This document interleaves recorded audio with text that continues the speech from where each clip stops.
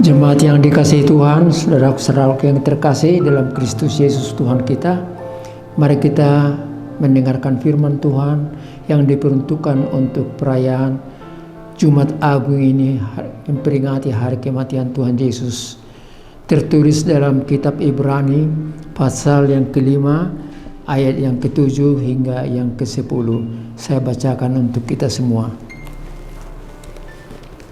Dalam hidupnya sebagai manusia, ia telah mempersembahkan doa dan permohonan dengan ratap tangis dan keluhan kepada Dia yang sanggup menyelamatkannya dari maut, dan karena kesalehannya ia telah didengarkan. Dan sekalipun ia adalah anak Allah, ia telah belajar menjadi taat dari apa yang telah dideritanya.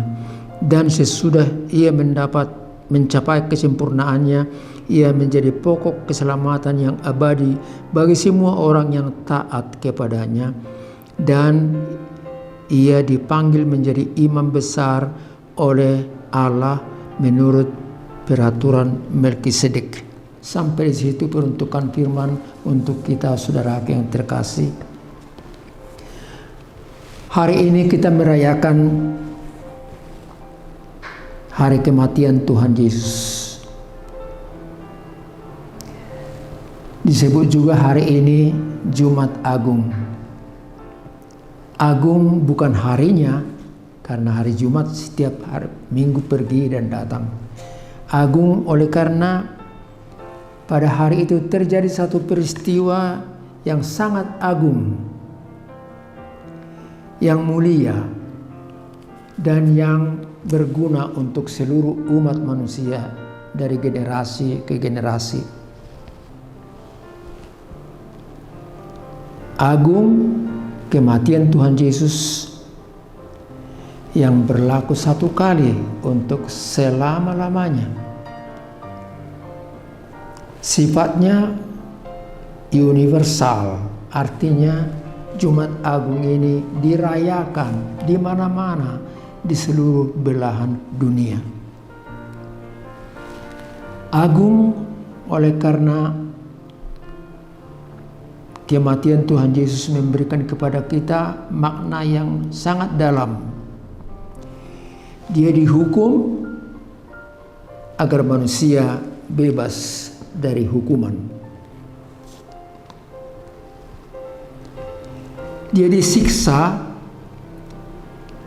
agar manusia bebas dari siksaan oleh karena dosa-dosanya. Yesus taat sampai mati supaya kita juga boleh belajar taat dalam hidup ini untuk kehidupan yang kekal. Saudara yang terkasih, apa yang hendak disampaikan oleh firman ini kepada kita saat ini? Yang pertama mau disampaikan bahwa Yesus itulah imam besar yang berkorban untuk seluruh umat manusia. Yesus itulah imam besar yang berkorban untuk seluruh umat manusia. Kita boleh lihat dalam sejarah Israel bahwa imam besar itu dipilih dan ditetapkan menjadi perantara antara manusia dengan Allah. Imam besar itu satu pribadi atau orang yang dapat dipercayai. Satu pribadi atau orang yang merasakan penderitaan umat manusia, merasakan pergumulan umat manusia, dan menyampaikannya kepada Tuhan. Imam besar itu mempersembahkan kurban pengampunan dosa, walaupun dirinya sendiri adalah orang yang berdosa. Itulah imam sehari-hari yang kita lihat dalam umat Israel. Tetapi satu hal yang mulia diberikan kepada Yesus, bahwa Yesus imam besar melebihi segala imam-imam yang ada. Dia diangkat oleh Allah, diberi kuasa sebagai imam besar untuk selama-lamanya mengalahkan dosa dan maut. Sebagaimana Melkisedek, yang artinya raja kebenaran di Yerusalem tempo hari, demikian Yesus dalam peristiwa ini berperan sebagai imam, raja, dan nabi. Dan itu berlaku untuk selama-lamanya. Kalau kita baca Mazmur pasal 110 ayat yang pertama hingga yang keempat, dia raja, imam, dan nabi untuk selama-lamanya. Dia menyerahkan hidupnya, berkorban untuk manusia, dan pengorbanannya sempurna satu kali untuk selama-lamanya. Saudaraku yang terkasih, dalam perjalanan menuju salib Golgota, Yesus menahan derita, memikul salibnya yang berat, dicambuk, dihina, dan diludahi orang banyak. Kenapa? Karena dia dianggap menghina Allah dan menyesatkan orang banyak. Pada bagian atas dari salibnya diikatkan sepotong kayu, dan di situ tertulis INRI, Yesus Nazaret, Raja Yahudi. Olok-olokan, dan sebenarnya nanti terbukti bahwa Yesuslah Raja bukan hanya untuk Yahudi lagi, tapi untuk dunia ini. Yesus disalibkan di Bukit Golgota. Kita lihat siapa-siapa manusia-manusia, orang-orang yang berada di bawah kaki salibnya. Kita lihat manusia-manusia berdosa yang tertawa, merasa senang melihat Yesus menderita di kayu salib. Siapa lagi manusia di bawah kaki salib itu? Orang-orang yang merasa sedih karena mereka pernah disembuhkan, pernah juga ditolong orang Tuhan Yesus. Mereka pernah juga diampuni dosa-dosanya. Mereka sedih. Siapa lagi?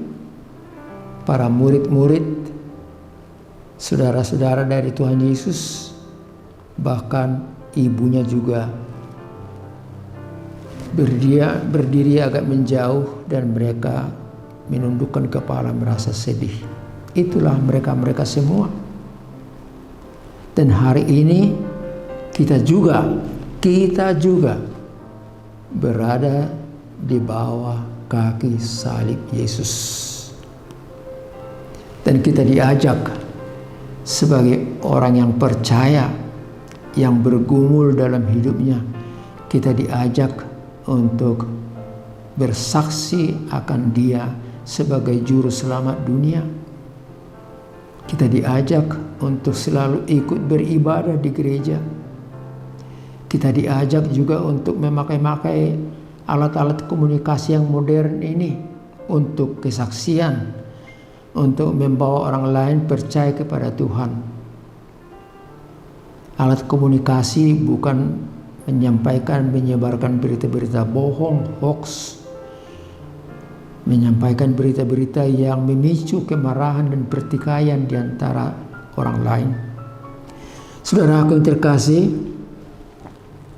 itulah makna daripada kematian Tuhan Yesus bagi kita. Oleh karena itu pesan yang kedua kepada kita berbunyi, mari belajar taat pada kehendak Tuhan. Mari belajar taat pada kehendak Tuhan. Saudara, Yesus bergumul dalam menghadapi penderitaan, tetapi dia tidak dikalahkan oleh penderitaan. Dia taat kepada jalan yang ditentukan oleh Allah Bapanya di sorga. Dan itu menjadi pelajaran kepada kita dalam hidup ini. Dalam berbagai-bagai pengalaman, suka duka, dalam penderitaan, kita belajar taat seperti Yesus taat kepada Allah Bapa di sorga. Hidup adalah pelayanan,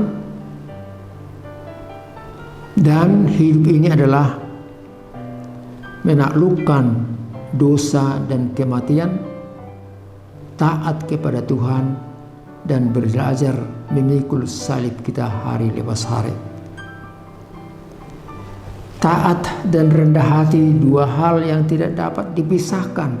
Tidak dapat dipisahkan. Maksudnya, orang yang taat itu rendah hati. Mereka itu meninggikan Allah. Itulah keteladanan yang berharga dan tiruan yang baik bagi dunia. Hendaklah kamu dalam hidupmu bersama menaruh pikiran dan perasaan yang terdapat juga dalam Kristus Yesus. Ia tidak menganggap kesetaraan dengan Allah itu sebagai hak yang harus dipertahankan. Dan dalam keadaan sebagai manusia, ia telah merendahkan diri dan taat sampai mati. Itulah sebabnya Allah sangat-sangat meninggikan dia dan mengaruniakan dia nama di atas segala nama. Dan semua orang mengaku Yesus adalah Kristus, Tuhan, Anak Allah. Filipi pasal 2 ayat 5 sampai 11. Saudara terkasih, salib dan kematian bukan hanya didengar dan direnungkan, tetapi perlu dihayati dan diimani serta dilaksanakan. Kita semua umat manusia sepanjang zaman dikasihi dan dihargai Tuhan. Kematian dan pengorbanan Yesus kita imani dan kita hidup dalam damai sejahtera. Dan oleh karena itu kita telah dipersatukan dengan Allah Bapa di sorga. Orang yang beriman yang telah disatukan dengan Allah Bapa di sorga, dia itu menjadi kuat dan tabah menghadapi segala rintangan dan persoalan. Kuat menghadapi kesengsaraan.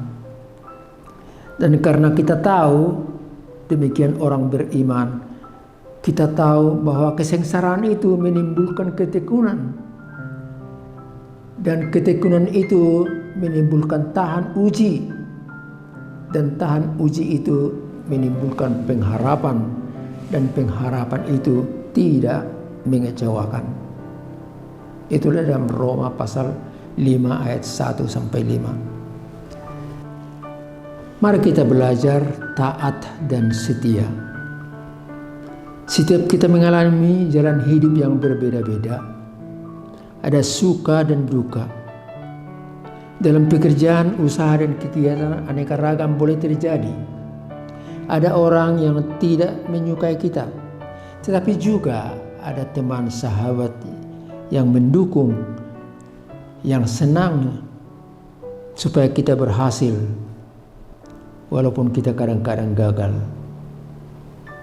Peristiwa salib membina kita untuk taat, tabah, dan setia dalam tugas dan dalam hidup kita. Pandanglah salib Yesus yang mati untuk semua orang percaya dan dunia sepanjang zaman. Majulah dan teruslah melangkah untuk keluarga, sahabat, teman, perusahaan, gereja di mana Anda melayani. Sampai di sini pertemuan kita pada kesempatan ini. Tuhan memberkati kita semua. Amin. Kita berdoa. Terima kasih Bapa di sorga. Kami belajar dari penderitaan, kesengsaraan, bahkan sampai kematian Tuhan Yesus di kayu salib. Kami melihat bahwa yang taat dan setia itu dalam hidupnya, itulah yang Tuhan tinggikan dan namanya diberikan Tuhan di atas segala nama yang ada di dunia ini. Terima kasih Allah Bapa di sorga. Biarlah penderitaan salib Tuhan Yesus menjadi masukan bagi kami. Apabila kami menderita, apabila kami merasa susah, apabila kami merasa kematian sudah dekat, berikan kepada kami ketabahan dan iman percaya bahwa Tuhan senantiasa bersama dengan kami. Terima kasih Tuhan, berkatilah keluarga kami masing-masing, berkati juga gerejamu dan para pelayannya, berkati juga saudara-saudara kami yang lain di tempat mereka bertugas, di kantor, di perusahaan, ataupun dalam tugasnya masing-masing. Terpujilah nama Tuhan kekal selama-lamanya. Anugerah dari Tuhan kita Yesus Kristus, kasih setia Allah Bapa, serta persekutuan dari Roh Kudus bersama dengan saudara-saudara sekalian. Amin.